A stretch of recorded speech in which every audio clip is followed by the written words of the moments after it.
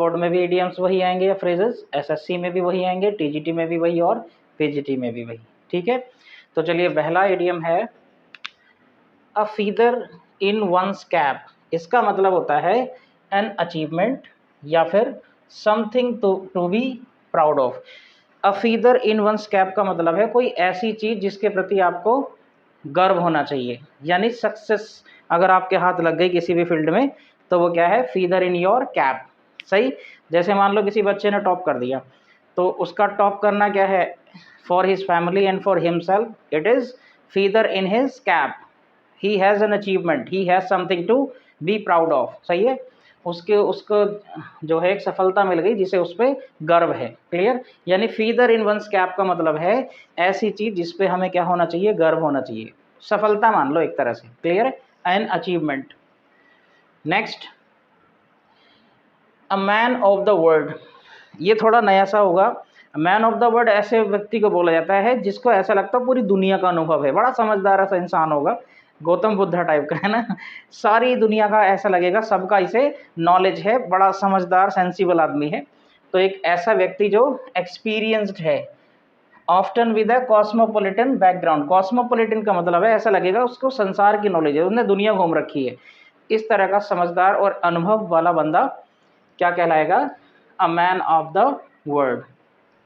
Next, third है a snake in the grass. ये तो आपने सुना ही होगा, हिंदी में आस्तीन का सांप, आस्तीन का सांप बोला जाता है।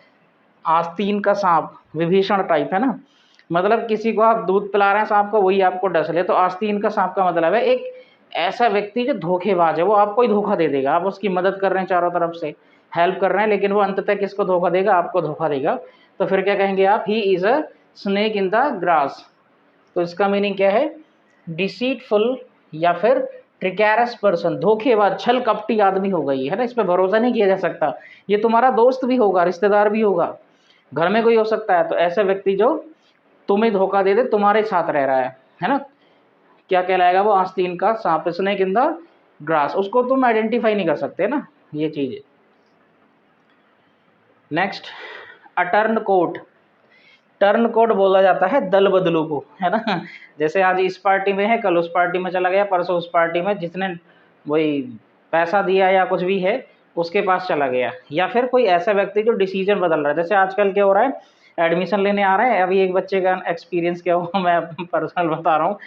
आया वो एडमिशन लेने कि सर साइंस में 11 में एडमिशन लेना है। मैंने कहा भैया आर्ट में भी जा सके तो देख ले, पता लगा 5 मिनट बाद आर्ट वालों पे पहुंच गया कि मुझे आर्ट में एडमिशन लेना। फिर आज मैंने देखा वो फिर साइंस वालों पे था, पता नहीं आर्ट वालों पे था।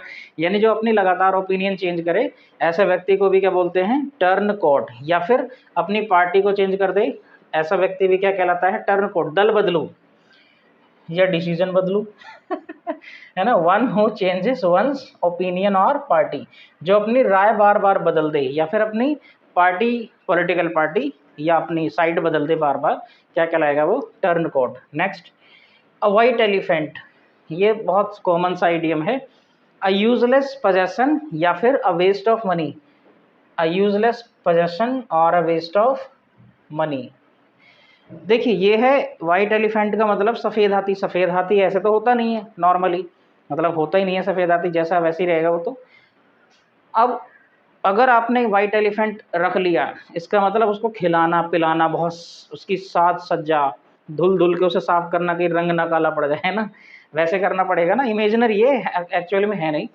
तो यूजलेस पोजेशन है, मान लो आपको ज़रूरत नहीं है हेलीकॉप्टर की, आप मिडिल क्लास फैमिली हैं, आपने ज़बरदस्ती कर्जा लेके हेलीकॉप्टर ले लिया, और उड़ाने के लिए आपको पता लगा आपके पास पैसा नहीं है, मकान बेच के तो वो हेलीकॉप्टर लिया। यानी हेलीकॉप्टर आपके लिए क्या है, वो वाइट एलिफेंट, जिसका कोई यूज़ नहीं है, आप यूज़ ही नहीं कर पाएंगे उसको, है ना, ऐसे ही ले लिया आपने। कुछ लोग होते हैं ना खरीद कर डाल देते मजे में ही, चलाते ही ना गाड़ी बड़ी। फिर 6, अ वाइल्ड गूज चेज। वाइल्ड गूज चेज, ये जंगली हंस का पीछा करना, वैसे तो इसका मीनिंग निकल रहा है, लेकिन भाई जंगली हंस का पीछा करना यानी आप किसी चीज़ का पीछा कर रहे हो, वो हाथ ही नहीं लग रही, क्या पकड़ लोगे क्या हंस का, मतलब फ्यूटाइल सर्च या फिर यूजलेस सर्च, बेकार की किसी चीज पे मेहनत ढूंढने में, उसे क्या कहलाएगा वो, वाइल्ड गूज चेज।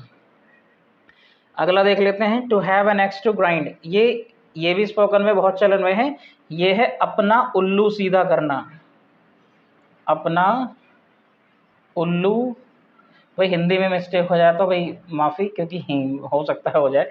अपना उल्लू सीधा करना, सही। अपना उल्लू सीधे करने का मतलब जब तक उनका काम निकल रहा है तब तक आपके साथ हैं, काम निकल गया तो आप भाड़ में जाएं, आप कौन है वो नहीं जानते। तो ऐसे व्यक्ति को क्या बोला जाता है कि he is having an axe to grind, ये हमारे प्रति क्या रख रहा है, अपना उल्लू सीधा करते ही निकल लेगा, है ना। तो टू एक्ट सेल्फिशली, स्वार्थ सोच रहती है एक तरह से इसकी, हमेशा वो स्वार्थी बंदा रहता है, तो उसी तरह का काम करेगा वो। Next, apple of one's eye, apple of discord क्या था, झगड़े की जड़ था। तो एप्पल ऑफ वंस आई, आंखों का सेब नहीं है ये, है ना, कभी आंखों में सेब चमकने, ऐसा नहीं है। एन ऑब्जेक्ट ऑफ लव, या फिर someone who is loved very much. अरे ये घर में बहुत यूज होता है, स्पोकन का है ये, 3-4 इसमें स्पोकन में बहुत चलन में। आंखों का प्यारा या दुलारा, कहते हैं ना मेरा लाडला बेटा, अरे मेरा लाल, मेरा नीला, मेरा प्यारा बच्चा, है ना।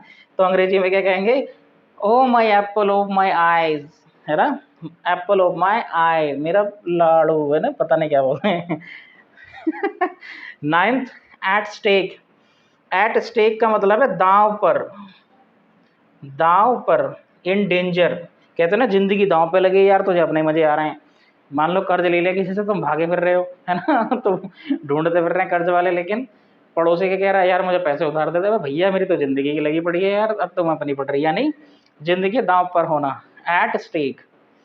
ये कोई भी चीज़ दांव पर होना, जुए में कोई चीज़ दांव पर हो सकती है। 10th, at the 11th hour, क्या ईडीएम है, देखो 10 नंबर पर 11th आ रहा है ना। खैर, एट द 11th आवर ये बड़ा कॉमन सा ईडीएम है, इसका मतलब है अंतिम क्षण में। जैसे कुछ होते हैं ना, पूरे साल नहीं पढ़ते, एक रात पहले पढ़ेंगे फिर रिजल्ट में फेल लिखा जाएगा कि सर हम तो बहुत पढ़े, पूरी रात पढ़े, लेकिन वो पढ़े कैसे, एट द 11th आवर। कुछ होते हैं 5 बजे की ट्रेन है, 4:55 पे निकल रहे हैं घर से, एट द 11th आवर, बिल्कुल लास्ट मोमेंट पे काम करना है ना। तो एट द 11th आवर का मतलब क्या है, एट द लास्ट मोमेंट। अब इसमें तो दो मैंने फ्रेजल वर्ब भी इंक्लूड कर दिए हैं आज।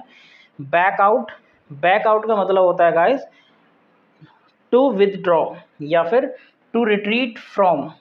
बैक आउट का मतलब होता है अपने कदम वापस खींच लेना, सही, यानी वापस हट जाना किसी चीज़ से। मान लो आप कुछ करने का सोच रहे थे, आप वापस हट गए, कुछ किसी से बदला लेने का सोच रहे थे, सेना वगैरह थी, वो भी क्या हो गई, वापस हट गई, है ना।